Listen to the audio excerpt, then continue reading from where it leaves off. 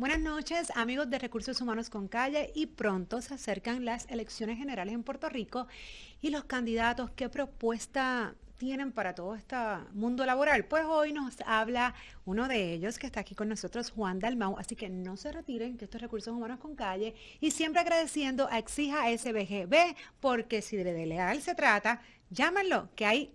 Mira, una respuesta para todo. 787-300-3200. 787-300-3200.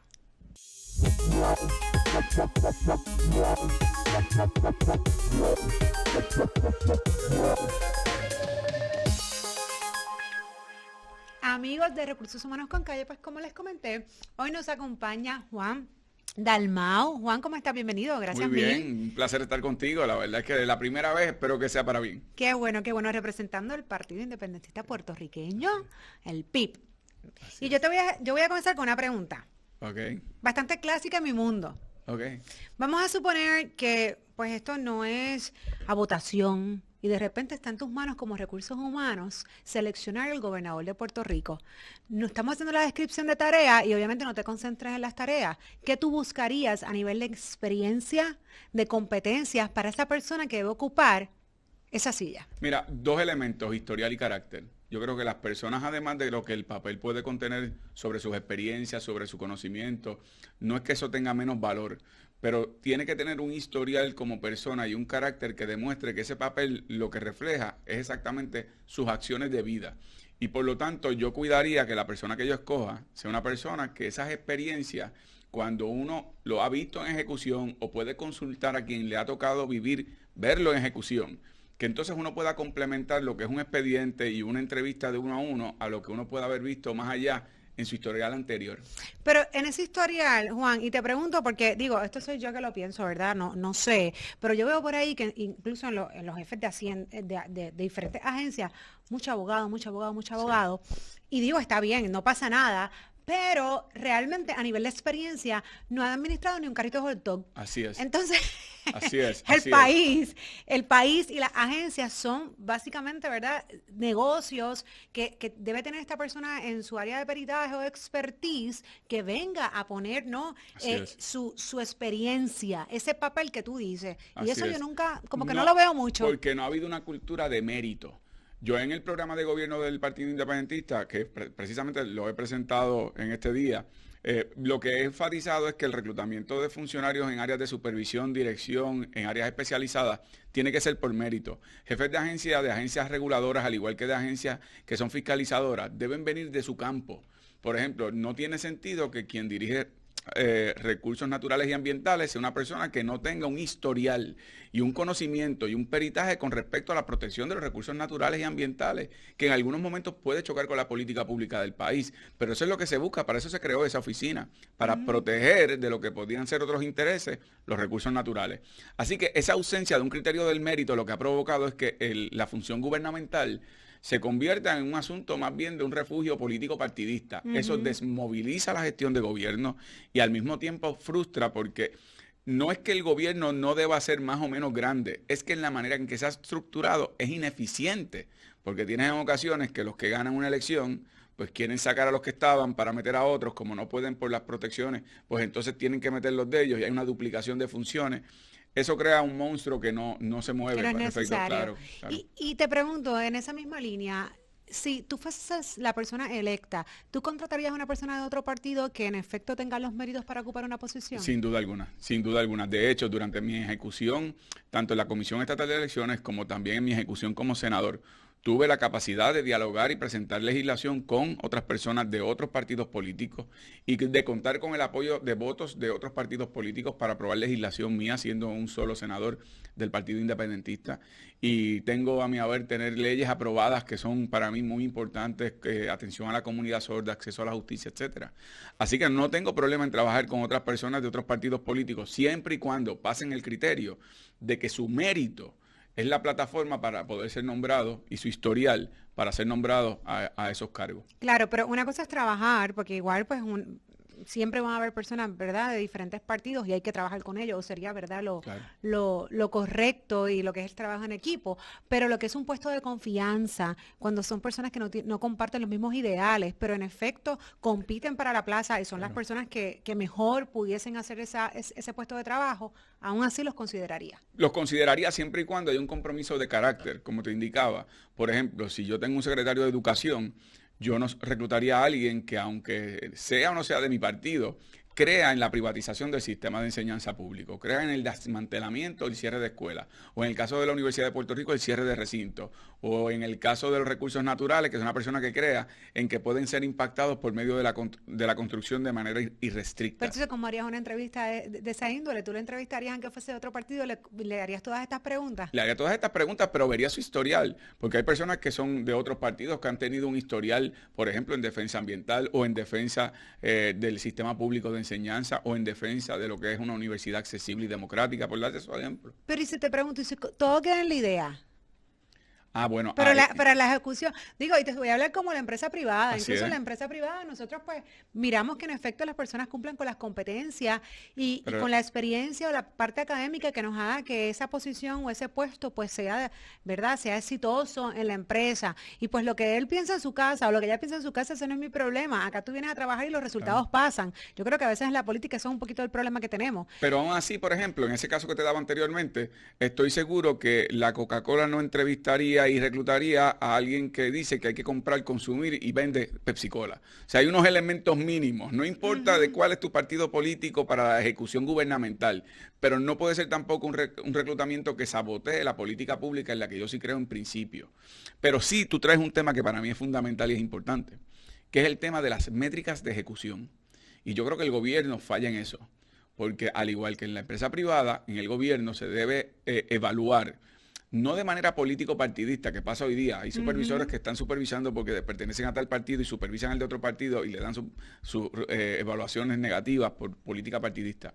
Pero tiene que haber unos criterios objetivos de cumplimiento en la ejecución, tanto en jefes de agencia como, por ejemplo, en la economía del país. Aquí no hay estadísticas reales de qué rendimiento dan los decretos de exención contributivas a empresas que se ubican en Puerto Rico y sin embargo se le da todo beneficio, pero no recibimos nosotros ni los empleos ni la inyección económica.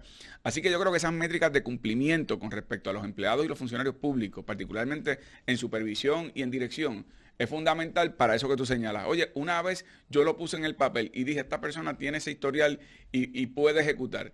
Bueno, pero si pasaron unos meses y noto que no hay niveles de ejecución adecuados, pues no cumpliste la expectativa. Eso que mencionas, digo, y yo no vengo de la industria pública, o sea que no estoy tocando de oído, ¿no? En cierto sentido, pero precisamente lo que son los programas de evaluación, de métricas, etcétera, muchas veces, o por lo que se escucha, ¿no? Estos empleados, pues, no necesariamente se tocan, ¿no? Porque imagínate, si yo estoy en un puesto político, pues entonces yo comienzo a medir las personas, incluso a sancionar y posiblemente a despedir, pues entonces yo no salgo en los próximos 4 años o en lo que quede, ¿no?, del término. Así que esto pues se ha visto que precisamente a veces hay personal o personas de más en un departamento que no es necesario, pero yo no los puedo tocar porque entonces imagínate, pues entonces no salgo de nuevo. Entonces, ¿cómo tú manejarías eso?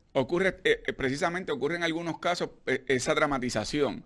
Yo lo manejaría a base de un criterio de mérito, del valor de las personas para ocupar los cargos, de un nivel de competencia. De hecho, la propuesta más específica sobre ese particular la tengo en el programa de gobierno sobre el reclutamiento de fiscales y jueces.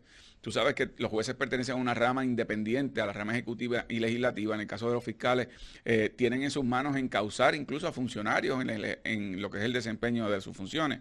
Bueno, pues hoy día el gobernador nombra y el Senado aprueba quién va a ser juez y quién va a ser fiscal. Así que las ramas políticas están dominando el proceso de nombramiento en la rama judicial. Lo que yo he propuesto es que haya una competencia, por ejemplo, si deseas ser juez, vas a ir a unas escuelas especializadas después de terminar tu escuela de Derecho, ya eres abogado o abogada, y entonces vas a tomar unos cursos especializados de qué se trata ser juez y de qué es la judicatura, y vas a ser evaluado a base de tu desempeño académico, de tu desempeño en publicaciones, de la evaluación de tus pares en la ejecución profesional, de las evaluaciones éticas. Se le da una fórmula y al final, a base de ese número, entonces el orden de aquellos que mejor desempeño y rendimiento hayan tenido Eso se han nombrado. Eso es una manera de extirpar el tema del germen de la política partidista de esos sistemas. En el sistema gubernamental se debe adoptar un sistema similar, por lo menos en las partes de dirección, supervisión, de los jefes de agencia, de los jefes de suboficina, de manera que por lo menos garanticemos que esos están a cargo de supervisar sin ejercer esa política partidista dañina. Digo, y yo pienso que simplemente lo básico, poner unos requisitos que en efecto, ¿verdad?, hagan que al final ese puesto de trabajo, como mencioné, tenga unos resultados exitosos, porque incluso cuando mencionas la parte de los fiscales, de los jueces, etcétera, muchas veces estas personas pasan por un nombramiento y no tienen experiencia. No la tienen. O sea, te graduaste y llegas allá y dices, pasan los años. eso? Cuando dicen tienes 5 años de experiencia, que te graduaste hace 5 años, pero no es que estás ejecutando necesariamente. Entonces, pues no Así hace ningún sentido. Ese es el problema. Y ese es el problema de reclutamiento y selección que hay en nuestro país entero. Así mismo es. Y por lo tanto, me parece a mí,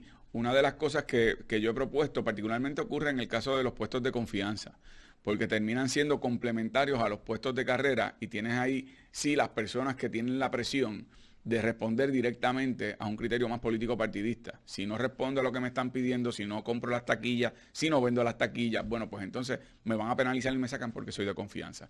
Nosotros proponemos la reducción al máximo de los puestos de confianza hasta su posterior eliminación y que eso se vaya sustituyendo a base de un criterio de mérito que vaya pasando unas evaluaciones.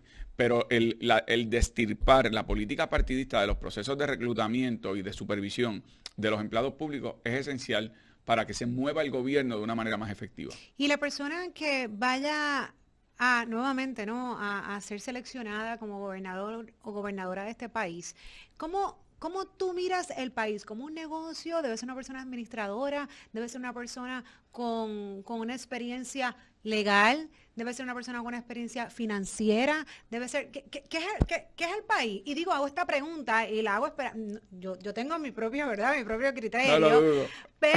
Pero pregunto, porque a veces yo pienso que la gente anda como un poquito confundida con lo que es realmente la administración de un país. Eso es lo que a veces yo escucho en la calle, incluso en entrevistas como esta. Así que, ¿cómo tú describirías qué es manejar a Puerto Rico? Y qué esa persona o ese candidato realmente debe tener de experiencia. Es importante destacar que no es adversativo a los criterios administrativos necesarios y más responsables el que para mí lo fundamental es que las personas que tengan a su cargo dirigir la política pública tengan empatía y corazón.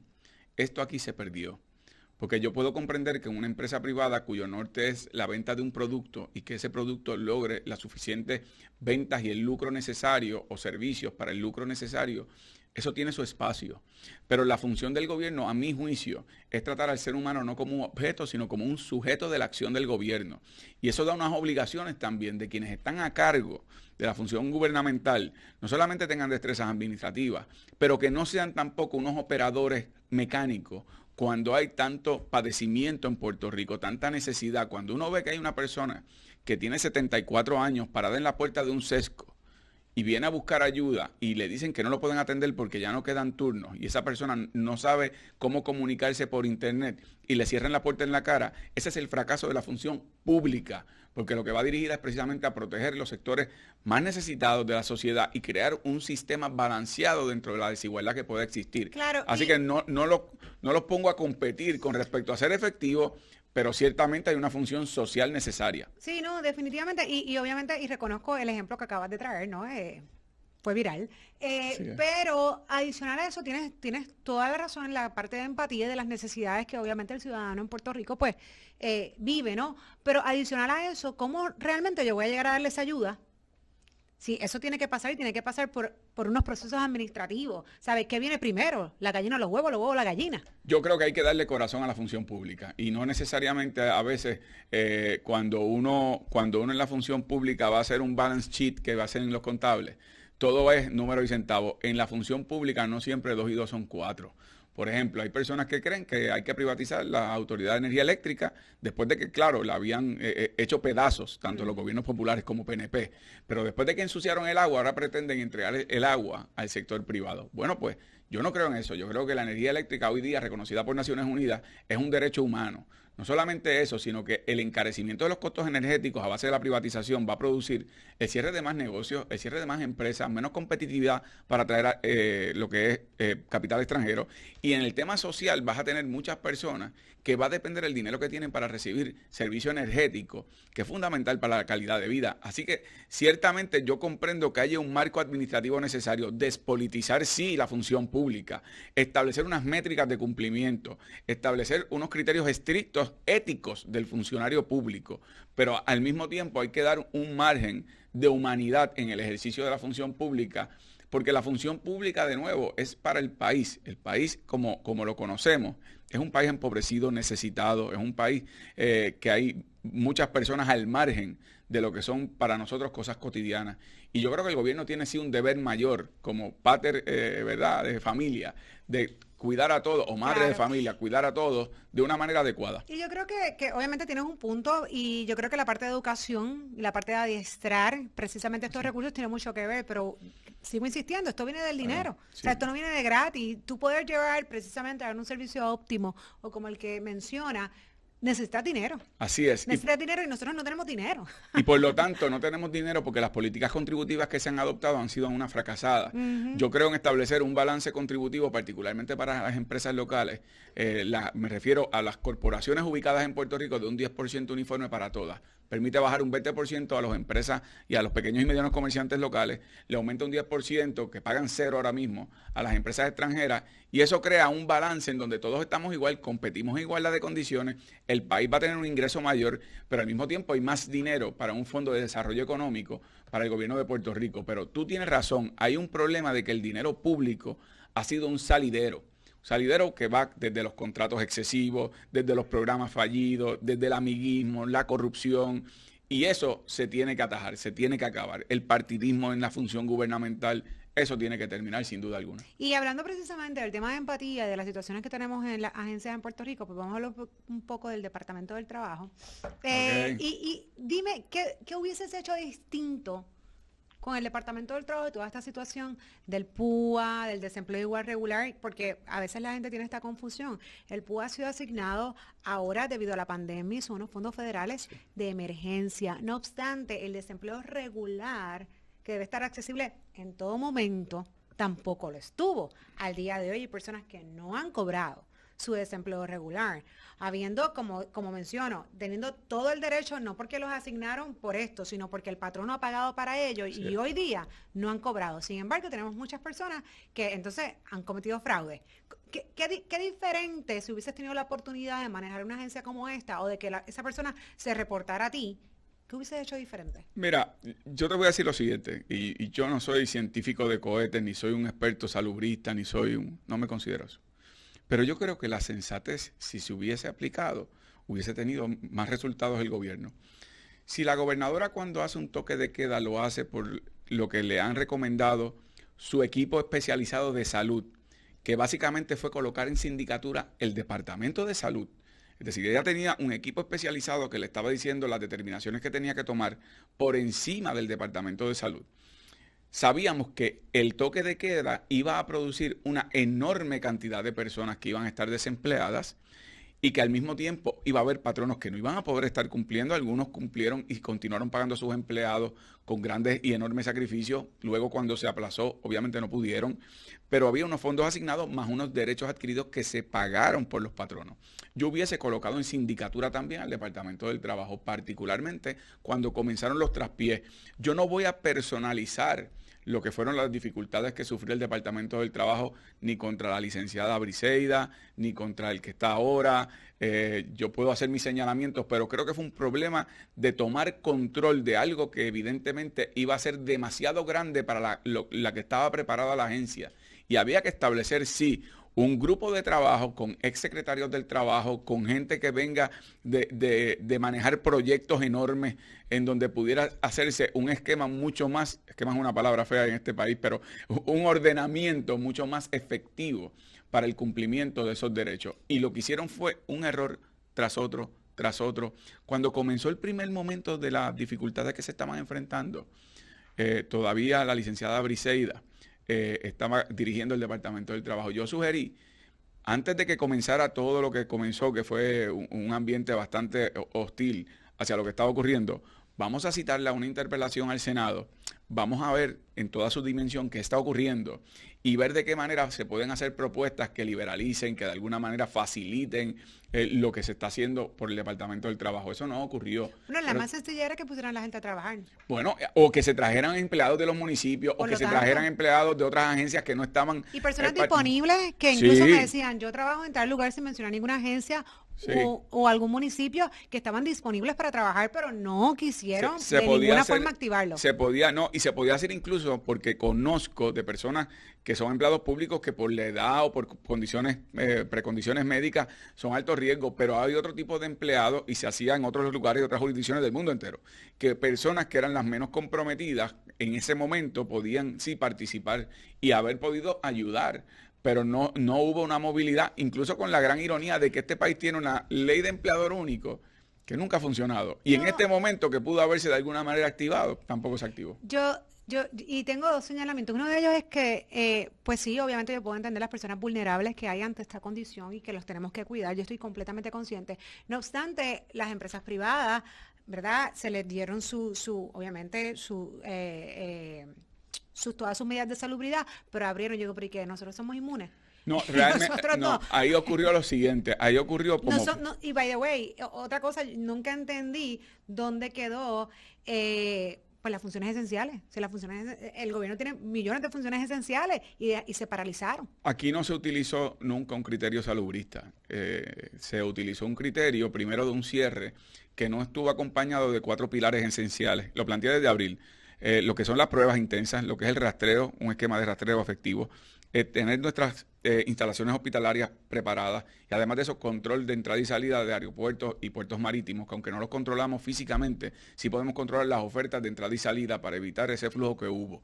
Por lo tanto, nada de eso se hizo. El toque de queda, por lo tanto, aplazó el COVID que estamos viviendo hoy. O sea, nosotros aplazamos 4 meses lo que otros países estaban enfrentando ya. Una moratoria. Fue una moratoria. Entonces, cuando abrieron, que es a lo que venía al argumento, cuando comenzaron a abrir, no fue una apertura sensata a base de los criterios salubristas.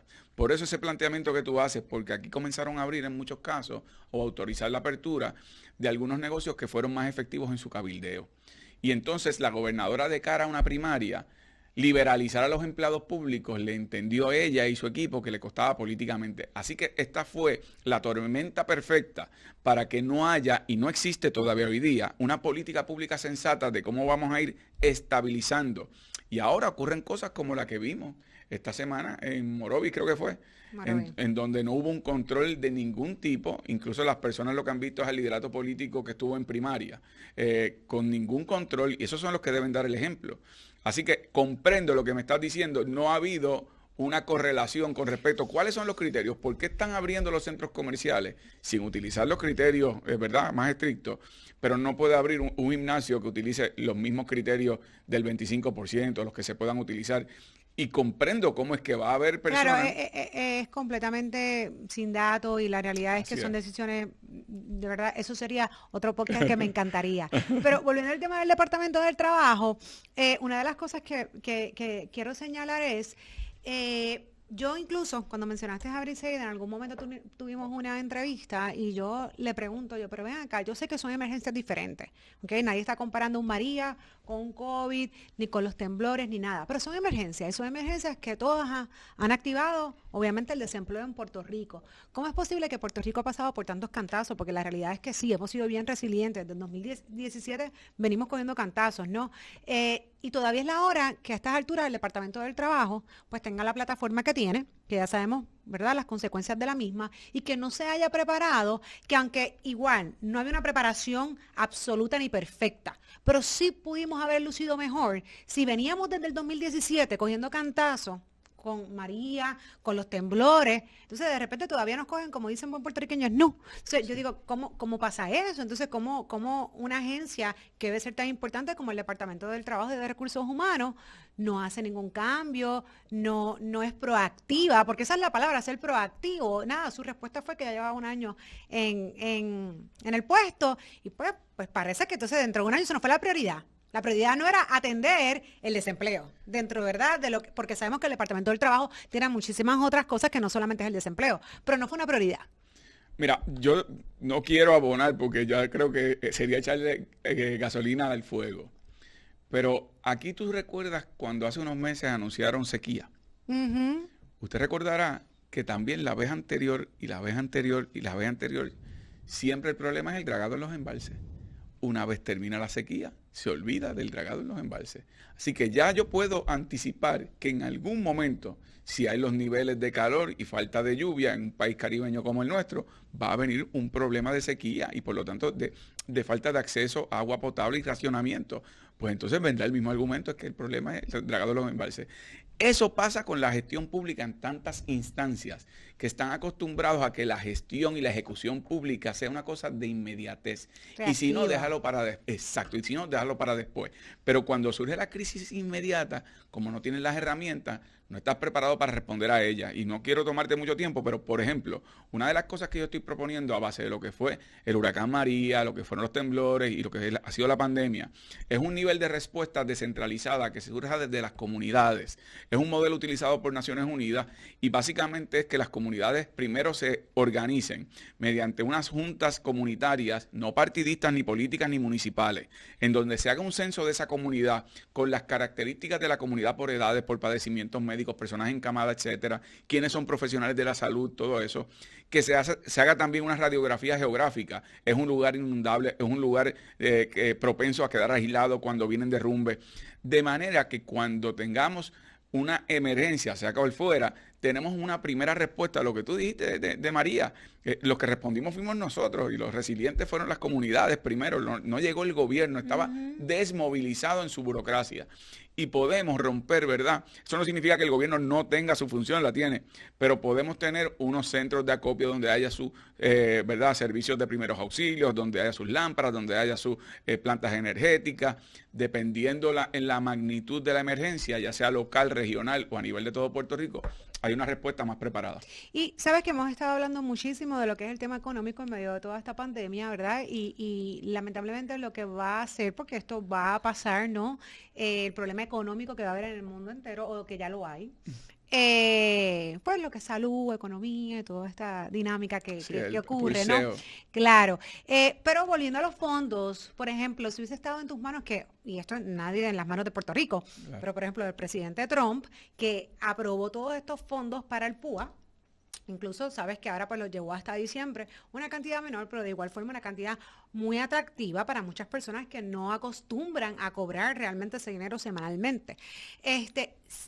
¿Cuál sería tu opinión si tuvieses esos fondos en las manos?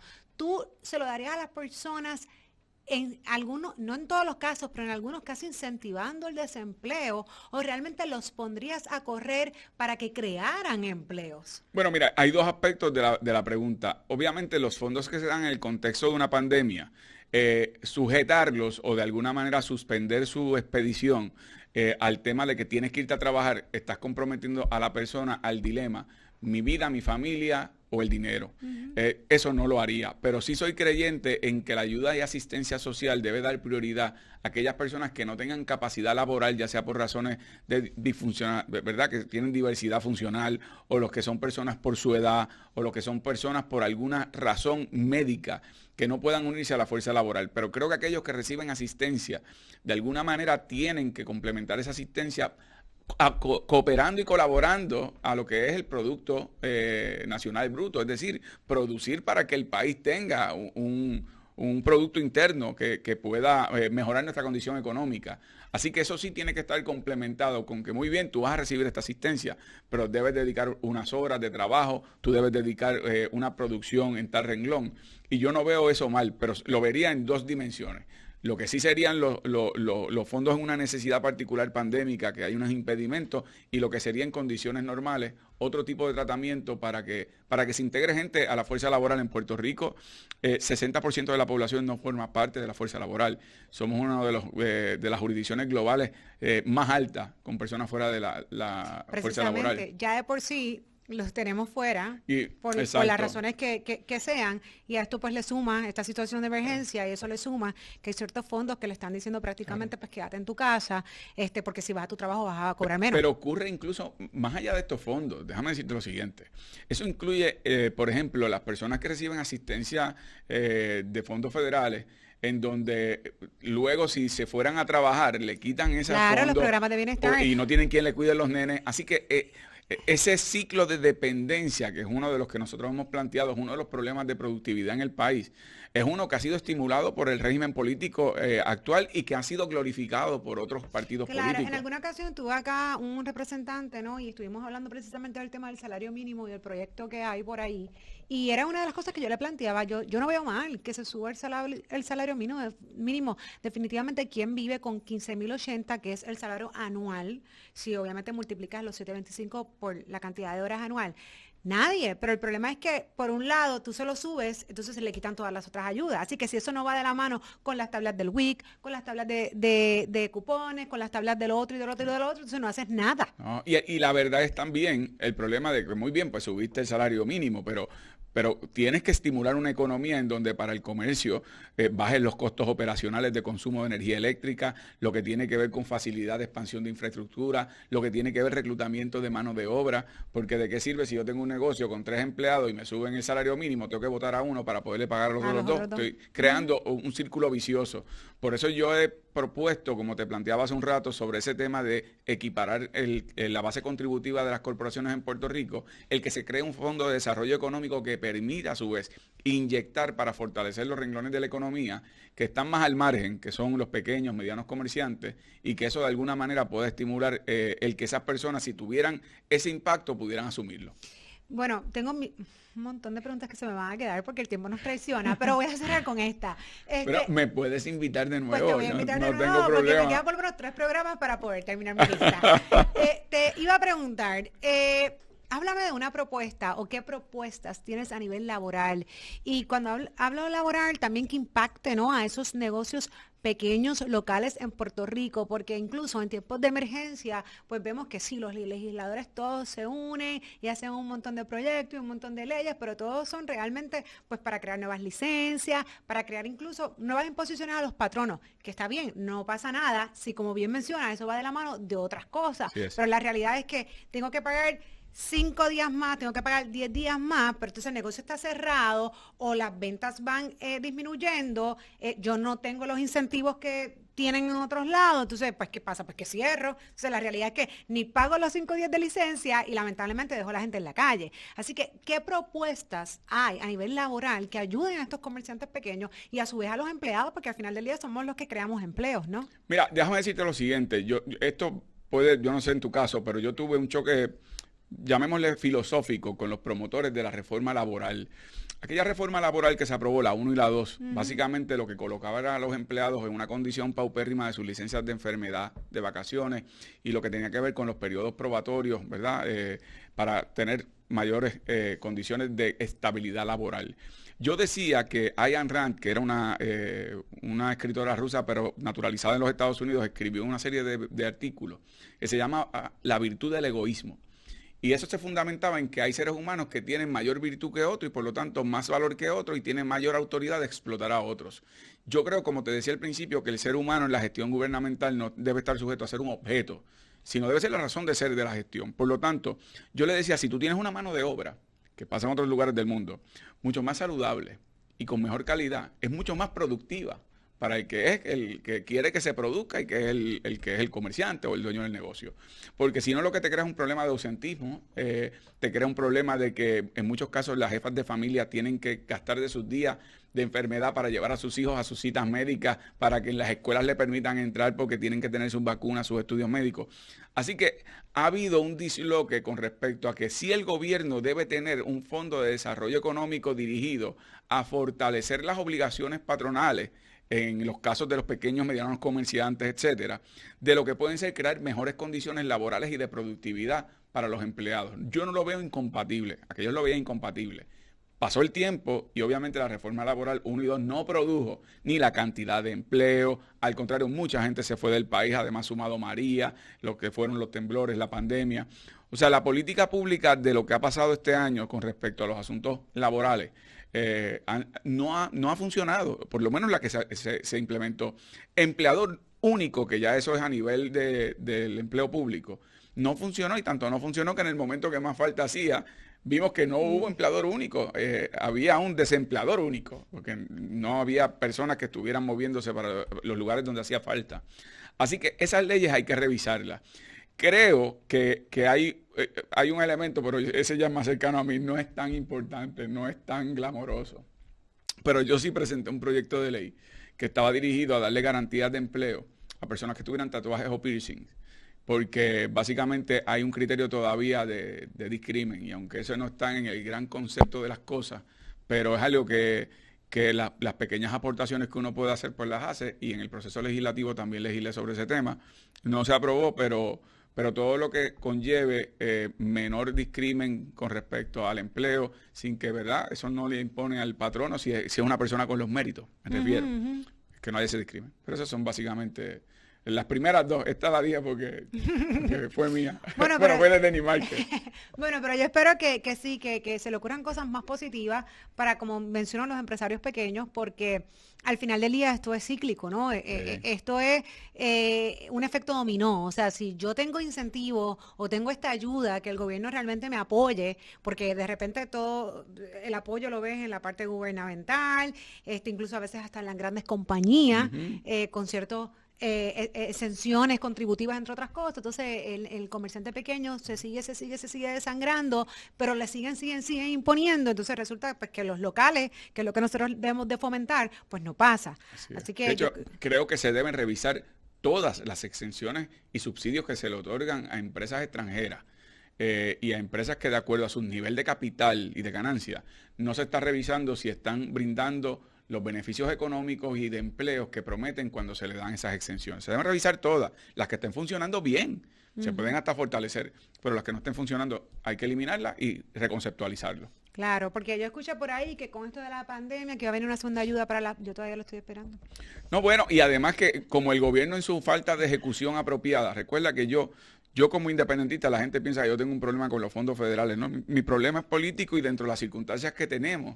O sea, que no tiene problema con los fondos federales. No, es que no puedo tenerlo porque esa es la realidad que vivimos. Y yo creo que eso es una obligación del gobierno de los Estados Unidos. Pero si tuviese la opción de cambiar esa realidad. La cambiaría con respecto a la independencia en un proceso de transición claro, adecuada en ¿tú donde crees nos que unimos al mundo. podríamos tener esos fondos, nosotros los podríamos crear en algún momento? No tengo duda de eso. Y además con un criterio adecuado de administración. ¿Estarías vivo para verlo?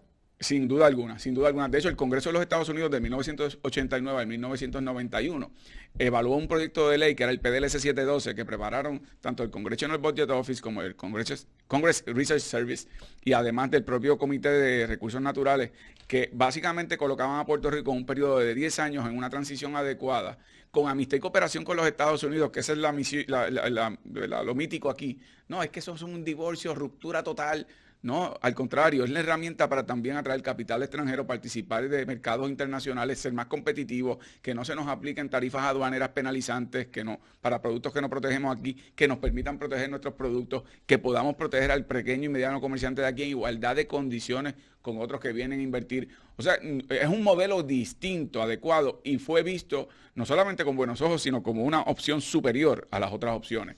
Ese es otro podcast que tendríamos que tener pendiente. Yo estoy seguro que sí. Me encanta hablar de eso. No, y yo acá no me quiero parcializar con ningún partido, ni tampoco decir si es bien o mal. Sin embargo, yo tengo que decir que en esta ocasión en particular, con lo que estamos viviendo la pandemia, basta con mirarnos con otros países que lamentablemente no tienen las ayudas que nosotros los puertorriqueños hemos recibido, como sé de las razones y de donde vengan. Y eso sí, esas personas que sí dicen, yo me voy a trabajar independientemente de verdad de la exposición que voy a tener al contagio, pero es que si no igual me muero de hambre. Eso no pasa aquí. Pero la premisa no puede ser ayudas. Recuerda que anualmente las corporaciones foráneas ubicadas en Puerto Rico se llevan en ganancias 37,000 millones de dólares y la economía norteamericana recibe de compras de productos y servicios de Puerto Rico 64,000 millones de dólares.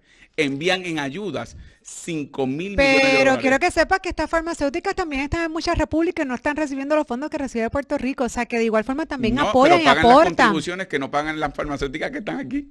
Sí, pero lo que te quiero decir Sí, es no, que... yo sé lo que me quieres decir. Podemos hacer el otro podcast cuando tú exacto, quieras. lo necesito porque se me fue el tiempo. Lo que te quiero decir es que definitivamente estamos en un escenario muy diferente. Y no solo eso, sino que el mal uso administrativo de los gobiernos locales con Son algunos de otros esos fondos también ha impedido que llegue a la gente. Así que claro, esos son otros 20. Pero gracias mil, licenciado gracias a ti, Dalmau, un así que placer. espero tenerte pronto porque nos quedaron Así muchas es. cosas pendientes. Esto es Recursos Humanos con Calle.